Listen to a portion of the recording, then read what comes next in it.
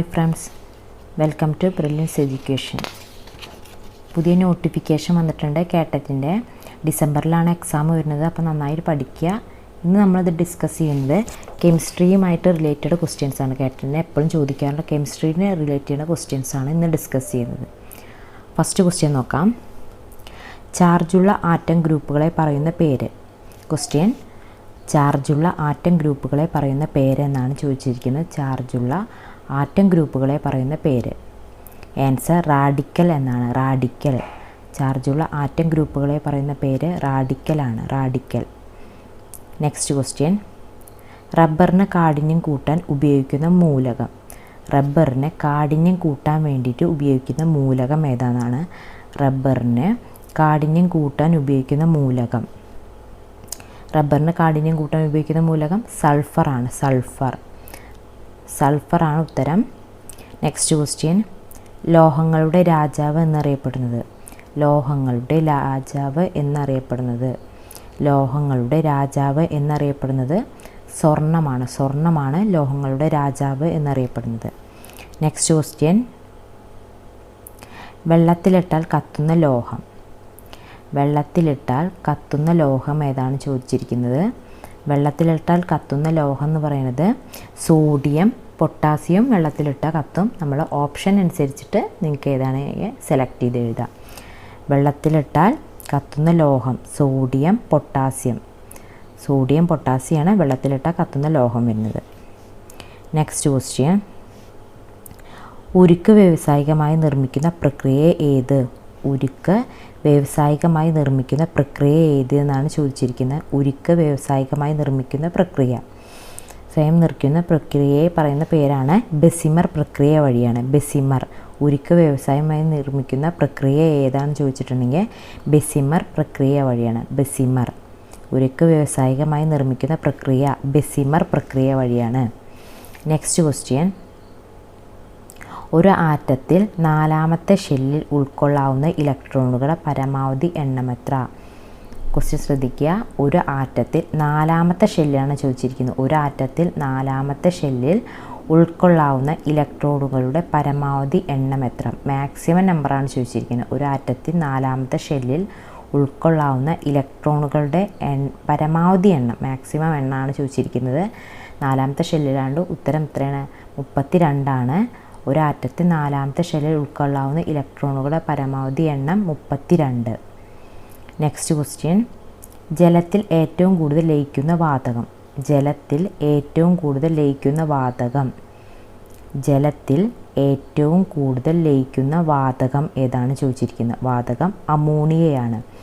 ജലത്തിൽ ഏറ്റവും കൂടുതൽ ലയിക്കുന്ന വാതകം ഏതെന്ന് ചോദിച്ചാൽ അമോണിയ. ജലത്തിൽ ഏറ്റവും കൂടുതൽ ലയിക്കുന്ന വാതകം അമോണിയയാണ്.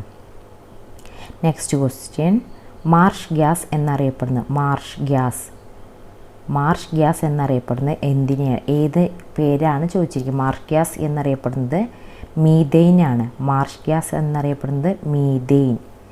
ക്വസ്റ്റ്യൻ ഒന്നുകൂടി പറയാം. മാർഷ് ഗ്യാസ് എന്നറിയപ്പെടുന്നത് എന്തിനെയാണ് ചോദിച്ചിരിക്കുന്നത്. ഉത്തരം മീതെയിൻ ആണ്. മീതെയിൻ. നെക്സ്റ്റ് ക്വസ്റ്റ്യൻ നോക്കാം. മുന്തിരി, പുളി എന്നിവയിൽ അടങ്ങിയിരിക്കുന്ന ആസിഡ് എന്നാണ് ചോദിച്ചിട്ടുള്ളത്. മുന്തിരി, പുളി. ചോദ്യം എങ്ങനെയും വരാം. മുന്തിരി അടങ്ങിയിരിക്കുന്ന ആസിഡ് ഏതാ ചോദിക്കുക. പുളിയിൽ അടങ്ങിയിരിക്കുക. രണ്ടിലും ഒരേ ആസിഡ് തന്നെയാണ് അടങ്ങിയിരിക്കുന്നത്. മുന്തിരി, പുളി എന്നിവയിൽ അടങ്ങിയിരിക്കുന്ന ആസിഡ് ഏതാണെന്ന് ചോദിച്ചിരിക്കുന്നത്. ഏതാണ്? ടാർട്ടാറിക് ആസിഡാണ്. ടാർട്ടാറിക് ആസിഡാണ് മുന്തിരിയിലും പുളിയിലും അടങ്ങിയിരിക്കുന്ന ആസിഡ്.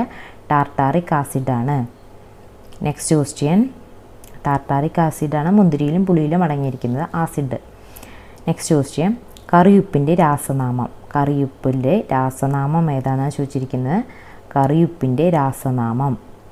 കറിയുപ്പിൻ്റെ രാസനാമം സോഡിയം ക്ലോറൈഡാണ്. കറിയുപ്പിൻ്റെ രാസനാമം എന്ന് പറയുന്നത് സോഡിയം ക്ലോറൈഡ്. സോഡിയം ക്ലോറൈഡാണ് കറിയുപ്പിൻ്റെ രാസനാമം. നെക്സ്റ്റ് ക്വസ്റ്റ്യൻ: പ്ലാസ്റ്റിക് ലയിക്കുന്ന പദാർത്ഥം. പ്ലാസ്റ്റിക് ലയിക്കുന്ന പദാർത്ഥം. ക്വസ്റ്റ്യൻ ഒന്നുകൂടി പറയാം. പ്ലാസ്റ്റിക് ലയിക്കുന്ന പദാർത്ഥം ഏതാണെന്നാണ് ചോദിച്ചിരിക്കുന്നത്. പ്ലാസ്റ്റിക് ലയിക്കുന്ന പദാർത്ഥം ക്ലോറോഫോം ആണ്. ക്ലോറോഫോം. പ്ലാസ്റ്റിക് ലയിക്കുന്ന പദാർത്ഥം ക്ലോറോഫോം. ആൻസർ ക്ലോറോഫോം ആണ്. നെക്സ്റ്റ് ക്വസ്റ്റ്യൻ: ഒരു മൂലകത്തെ മറ്റൊരു മൂലകമാക്കി മാറ്റുന്ന പ്രക്രിയയെ പറയുന്ന പേര്. ഒരു മൂലകത്തെ മറ്റൊരു മൂലകമാക്കി മാറ്റുക, ആ പ്രക്രിയയെ, ആ പ്രോസസ്സിനെ പറയുന്ന പേരെന്താണെന്ന് ചോദിച്ചിരിക്കുന്നത്. ഒരു മൂലകത്തെ മറ്റൊരു മൂലകമാക്കി മാറ്റുന്ന പ്രക്രിയയെ പറയുന്ന പേര് ട്രാൻസ്മ്യൂട്ടേഷനാണ്. ട്രാൻസ്മ്യൂട്ടേഷൻ, ഒരു മൂലകത്തെ മറ്റൊരു മൂലകമാക്കി മാറ്റുന്ന പ്രക്രിയയെ പറയുന്ന പേരാണ് ട്രാൻസ്മ്യൂട്ടേഷൻ. ആൻസർ ട്രാൻസ്മ്യൂട്ടേഷനാണ്. നെക്സ്റ്റ് ക്വസ്റ്റ്യൻ, നിറമുള്ള പദാർത്ഥങ്ങൾ വേർതിരിക്കാൻ ഉപയോഗിക്കുന്ന പ്രക്രിയ. നിറമുള്ള പദാർത്ഥങ്ങൾ വേർതിരിക്കാൻ ഉപയോഗിക്കുന്ന പ്രക്രിയ. നിറമുള്ള പദാർത്ഥങ്ങൾ വേർതിരിക്കാൻ ഉപയോഗിക്കുന്ന പ്രക്രിയയെ പറയുന്ന പേരാണ്. നിറമുള്ള പദാർത്ഥങ്ങളെ വേർതിരിക്കണം, അതിനെ ഉപയോഗിക്കുന്ന പ്രക്രിയയെ പറയുന്ന പേരാണ് ക്രൊമാറ്റോഗ്രാഫി. ക്രൊമാറ്റോഗ്രാഫിയാണ് നിറമുള്ള പദാർത്ഥങ്ങളെ വേർതിരിക്കാൻ ഉപയോഗിക്കുന്ന ക്രൊമാറ്റോഗ്രാഫി. എഴുത്തിലൊക്കെ നിങ്ങൾ എപ്പോഴും പഠിച്ചിരിക്കുന്ന ഒരു പോയിൻ്റാണ്. അതൊക്കെ നിറമുള്ള പദാർത്ഥങ്ങളെ വേർതിരിക്കാൻ ഉപയോഗിക്കുന്ന പ്രക്രിയയെ പറയുന്ന പേര് ക്രൊമാറ്റോഗ്രാഫിയാണ്.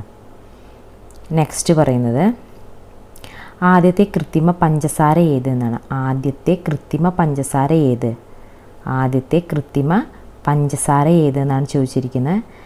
സാക്കറിനാണ് ആദ്യത്തെ കൃത്രിമ പഞ്ചസാര. സാക്കറിൻ, ആദ്യത്തെ കൃത്രിമ പഞ്ചസാര ഏത്? സാക്കറിനാണ്. സാക്കറിനാണ് ആദ്യമായിട്ട് കൃത്യമായിട്ട് പഞ്ചസാരയെ പറയുന്ന പേരാണ് saccharin. Next question, last question ആണ് പറയുന്നത്, ലെൻസുകളും പ്രിസം എന്നിവയുടെ നിർമ്മാണത്തിന് ഉപയോഗിക്കുന്ന ഗ്ലാസ് ഏതാണെന്ന്. ലെൻസ്, പ്രിസം എന്നിവയിൽ നിർമ്മിക്കാൻ ഉപയോഗിക്കുന്ന ഗ്ലാസ് ഏതാണ്?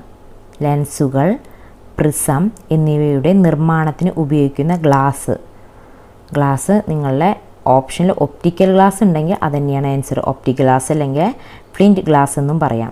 ലെൻസുകൾ, പ്രിസം എന്നിവയുടെ നിർമ്മാണത്തിന് ഉപയോഗിക്കുന്ന ഗ്ലാസ് ഏതാണെന്ന് ചോദിച്ചാൽ ഒപ്റ്റിക്കൽ ഗ്ലാസ് അല്ലെങ്കിൽ ഫ്ലിൻറ്റ് ഗ്ലാസ് എന്ന് പറയാം.